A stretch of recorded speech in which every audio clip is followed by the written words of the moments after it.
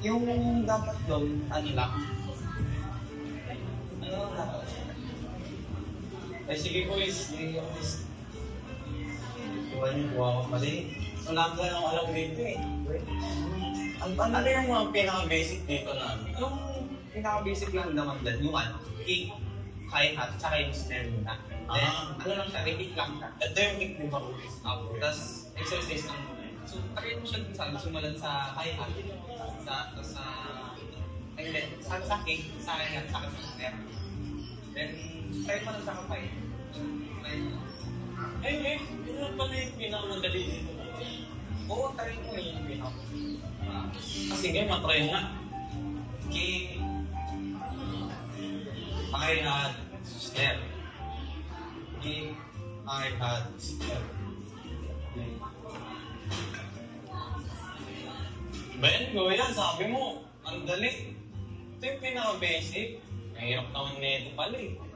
Sige, try mo na. Napahingan ko sa akin. Sige nga kuya, try ko na ulit.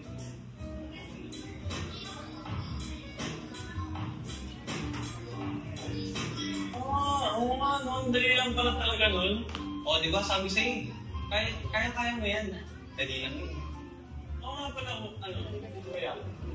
Napapansin ko si Amanda, tuwing linggo ng umaga, niya na si Ate Amanda, hindi ko na nakikita sa parang, ano nangyari doon? Idol ko ba naman yan? Oo, pansin din namin. Sabi niya atin din daw siya ngayon. Uy, taking up yung idol ko si Ate Amanda. Idol? Talaga ba?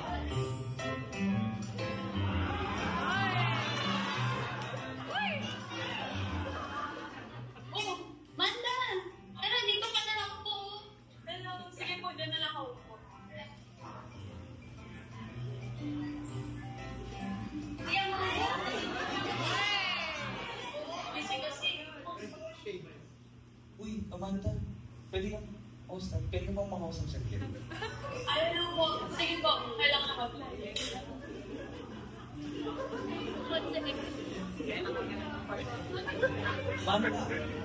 Miss ka na.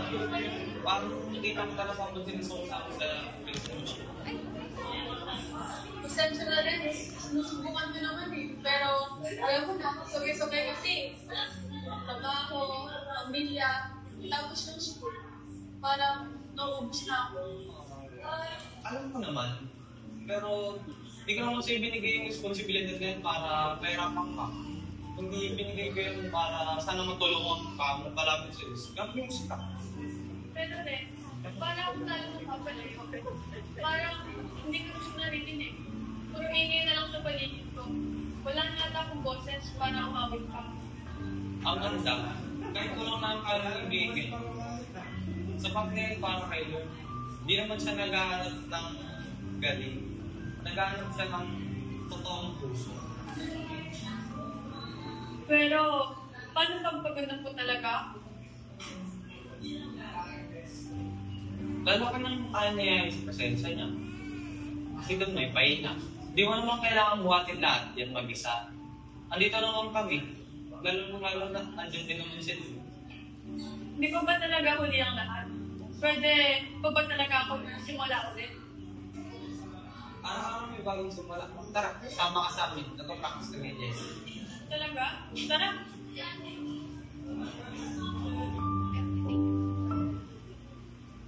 Sigon. Magandang umaga po mga kapatid. Sa mapagpalang araw ngayon. Palakpakan naman natin si Lord. Bago tayo magsimula, gusto ko muna tanongin, sino gusto kong mag-share ng blessings ngayon? O ayan, si Abby. Mukhang excited. Share mo naman sa akin.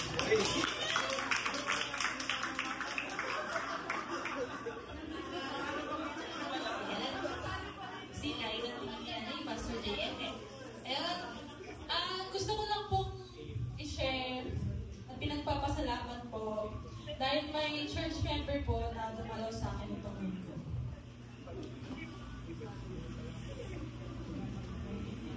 Excuse me po.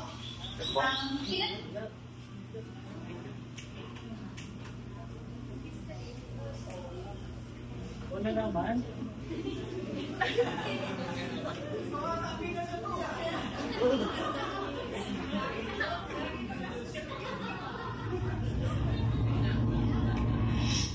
Excuse me po. Kilala niyo po ba si Abigail? Alam niyo po ba kung si saan Bing. nakatira? Doon siguro sa ano, bayad na ano na yan. Bayad yan. Violet. Ang dalag.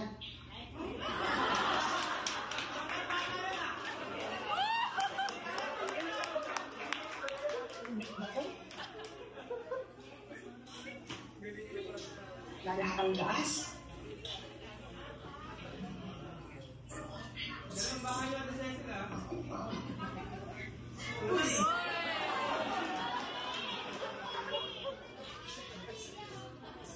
Pwede na yun si Faye.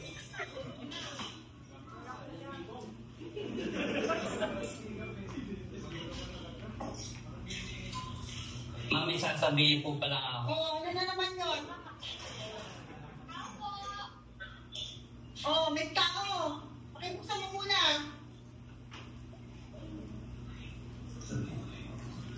Ay, nakong batang to. God.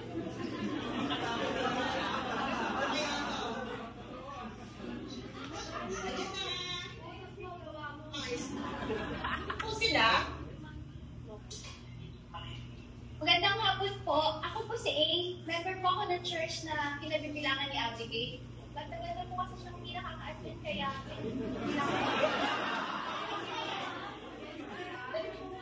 Pasok po kami. Po.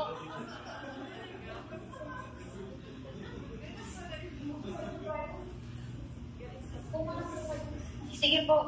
Maraming salamat.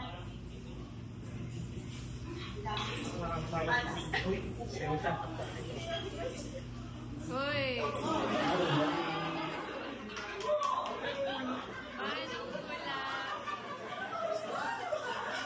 Nagigising mo lang to. Oo nga, kagising ko lang. Bakit? Hindi na nakapasok sa school. O, paano naman ang mga grades mo? Tinatamad na ako pumasok sa school, ma.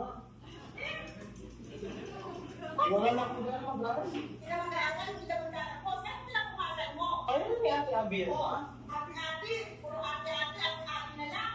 Paano na sarili mo? Paano mo nakakatulong sa pamilya natin? Pati man, pati man. Pamilya natin? Ano ba yun? Nakalga-haga. Ang ulo mo.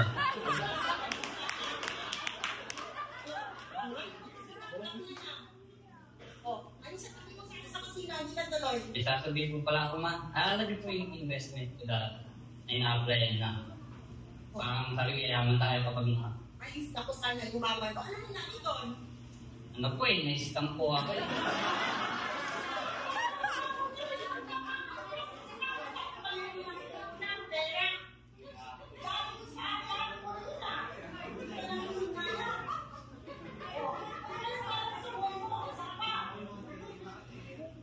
Ang naman yun ba?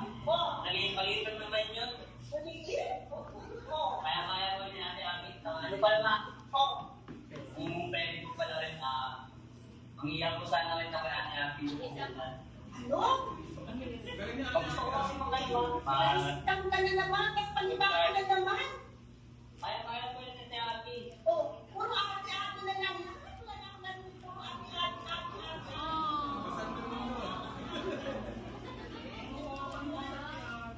Hindi ko pumasok ko sana sa mukha ka. At least ako, kahit hindi nag-aaral, hindi na-scam.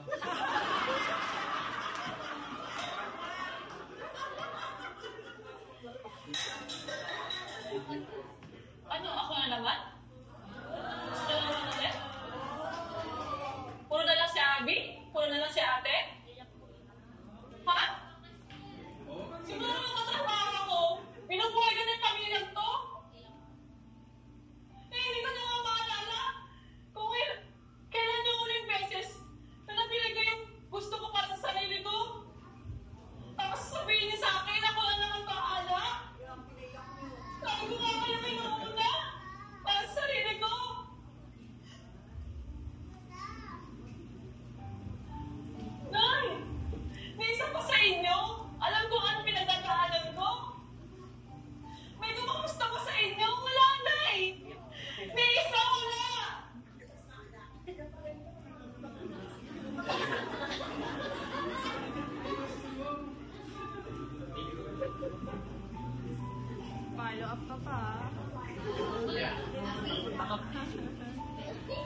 Pinapunta nila ako dito kasi matagal na kami nag-aaral sa'yo sa church. Ngayon, naiintindihan ko na gusto lang niyo po natin lahat tingnan ang mga problema. Magdasal po tayo.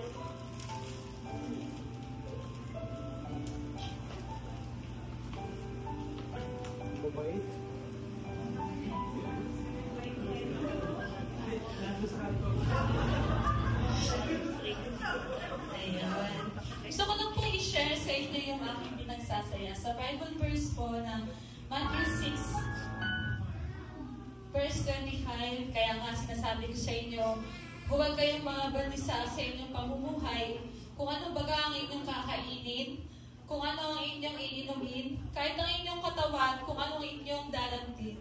Hindi baga mahigit ang buhay kaysa sa pagkain, at katawan kaysa sa panamimik. So, pinagpapasalamat ko po yun na nag-follow up po sa amin at dumalaw po sa akin na si Sister A. At sobrang saya po namin doon. At ako po, nagsasaya din po ako dahil na nagawa po niya ma-witnessan din po yung aking mother, si Sister Cecil, at aking kapatid po.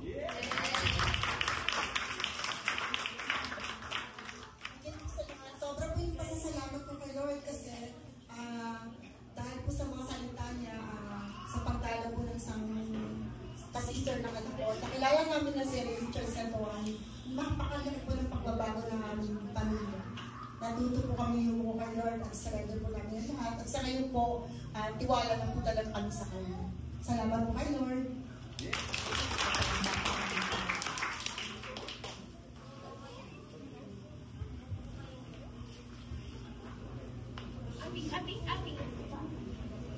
So yun, amen. Mga kapatid, minsan ang simpleng pagdalaw isang malaking pagpapala na. Patuloy tayo maging daluyan ng pagmamahal ng Panginoon sa isa't isa. Palakpakan natin siya. Salamat kapatid sa magandang patotoo.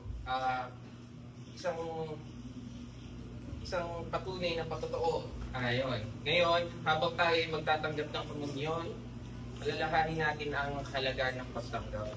Pagbibigay. Magbigay tayo ng bukas sa puso bilang pasasalamat sa Kanya. Tayo na po'y magbigay.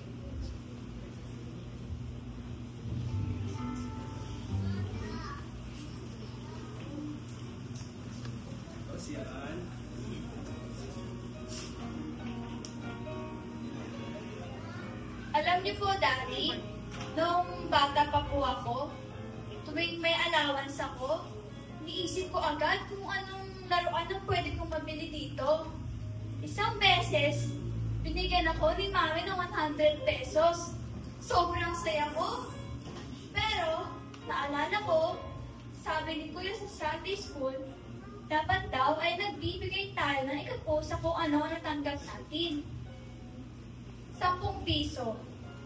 Parang ang liit. Pero para sa akin nun, madami na yun. Pwede na pambili ng ice cream o kaya ng bagong sticker para sa aking koleksyon.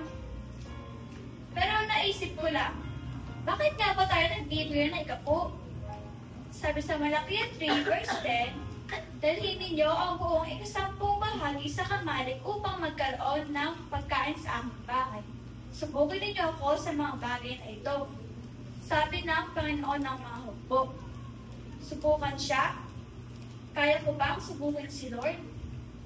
Kahit bata pa ako, gusto kong ipakita na nagtitiwala ko sa Kanya.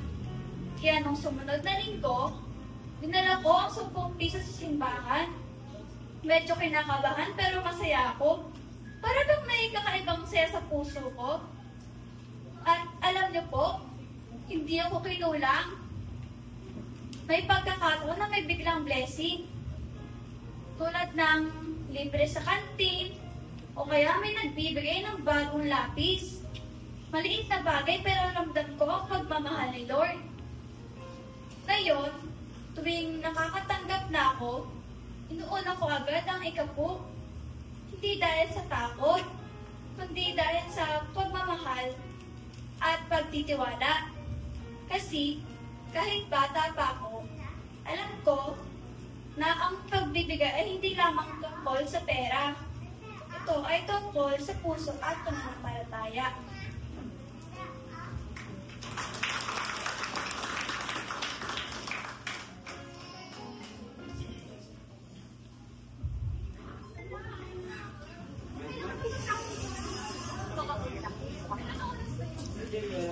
Ay, hello po, Pastor. Yes po. Pwede ba kitang makatasan sa BST Discovery Center?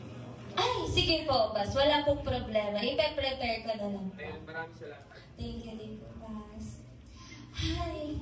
Naaalala ko pa dati nung unang binigyan din ako ng tinataasan din ako pag DST. Grabe yung naramdaman ko na.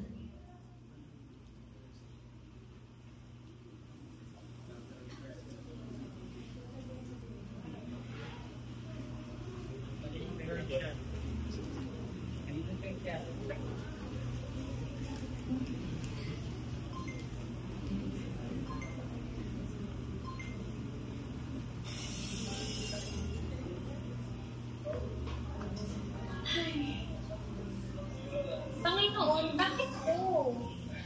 Hindi ko alam kung kakayanin ko to. Ay. Ang kapon ko. Uy, Jinwin, okay ka lang ba? Hindi nga, ito naman dito kasi i-share ko sa iyo yung problema ko. Parang napansin ko ng mga nakaraang linggo. Tahimik mo. Kasi kanina, inausap ako ng pastor. Sabi niya sa akin, mag-share daw ako ng DST sa akin. Kasi, ano ba yun? Ngayon lang ako mag-share. Hindi ko alam kung kakayanin ko to. Wait, pero alam mo, nandito naman kami para tulungan ka. Haling pagkatapos na kumanta. Practice natin yung ano. Sige, mamaya. Pa-practice natin ha. Tulungan mo ako ha. Hindi na solo. Ito lang hindi na session ang mag-guest, di ba? Okay, dito para sa BST. Natry ko na ba mag-share dati ng BST? Pero, Parang kasi ang hirap mamili kung ano yung scripture. Share.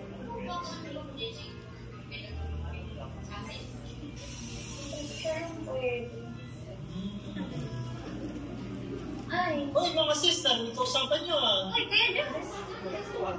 Namang problema kami, namang problema kasi ako tungkol sa BST ko nga, na inatasan kasi ako ni Pastor na mag-share ng BST sa Sunday.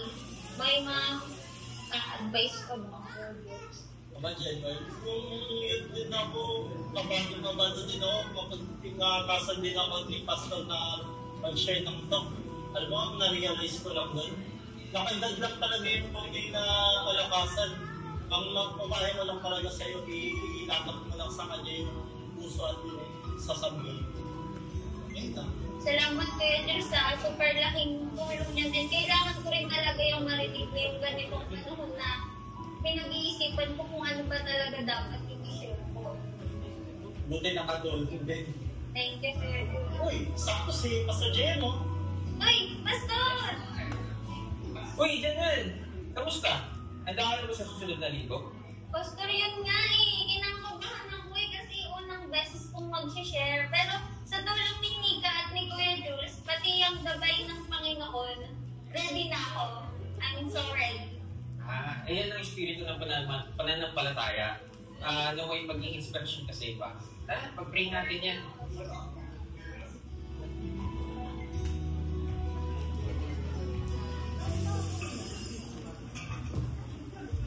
End of skit na po. Kaya maraming salamat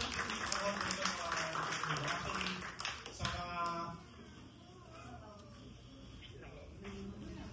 okay na. Yun. So, lang kasi yun. Nagkaroon pa ng bakit. Pero yung mga pinakita namin, actually, yun yung mga napag-usapan namin mga yun na medyo napagdalaanan namin na hirap yan. Nakita nyo sa worship, yung hit na lang doon, si Kuya Peter. So, hanggang maaari, naghanap din kami ng katulong doon sa worship. Then, next naman sa follow-up tsaka fellowship. Isa sa mga challenges ng mga youth team yun. Pero nakita natin yung pang-follow-up, natin yung pangangailangan nila ng katulong, pagpag-isyaran ng problema. Kasi hindi lang naman tao yung pwede kausapin ng tao may problema, kundi pwede rin yung Panginoon. So, next din yung election, yung tithes, yan. Isang pagsubok rin dito sa CLA Luzon yun. At syempre, ang pinakamalalang binabayaran dito yung red tide, may mga iba pang expenses. So, sa tulong din ng mga member dito ng mga ibang kapatid, nakakapagbigay kami kahit pa paano. Then next naman, yung last, yung nakita nyo, pinanood ni Mama Ren, sabi niya, ano ba kayo? Takot kayo kayo tinatasan ng bibigay ng bite size to. Ano ba yung natatakot kayo? Kasi yung acting ni Negan doon, tsaka ni General, kung hindi pa edited yung sound doon, grabe yung, oo nga, ako mag-share ng bite size to. Pero yun, sa kabila doon dito, actually yan si General, isa na yung sa mga nagpo-volunteer na, Brother Joel, pwede ba ako mag-share ng bite size talk sa atin? Kasi nagkaroon kami ng part na, actually natutunan ko lang din kay Ate Carla nung nag-share siya dito, na kapag may naririnig akong word, may naririnig tayong word sa share ng talk, may nakuha tayong blessing doon. And isang example doon, yung na-preparean ko rin ng bite-size talk noon, yung sa 13 pieces of silver. So, yung 13 na word, marami siyang ibig sabihin sa Bible. So, inalam ko yung binanggit ni Ate Carla na first mention sa Bible. So, yun, isa sa mga realization ng mga yun dito. So, yun, pinaghalo siya na, mapapansin nyo, presence kit, tsaka may video skit. Kasi, dahil sa mentoring ni Tita Mehan, nila Sister Rusty, lagi na lang skit. So, kung mag-actual kami ng skit dito, ang kakain ng oras, kakain ng mga props. So, ginawa na lang namin. Sige, gawan natin video skit para less yung time sa pag-prepare. So, yun, sana may nakuha po tayo mga kapatid. Yun lang po.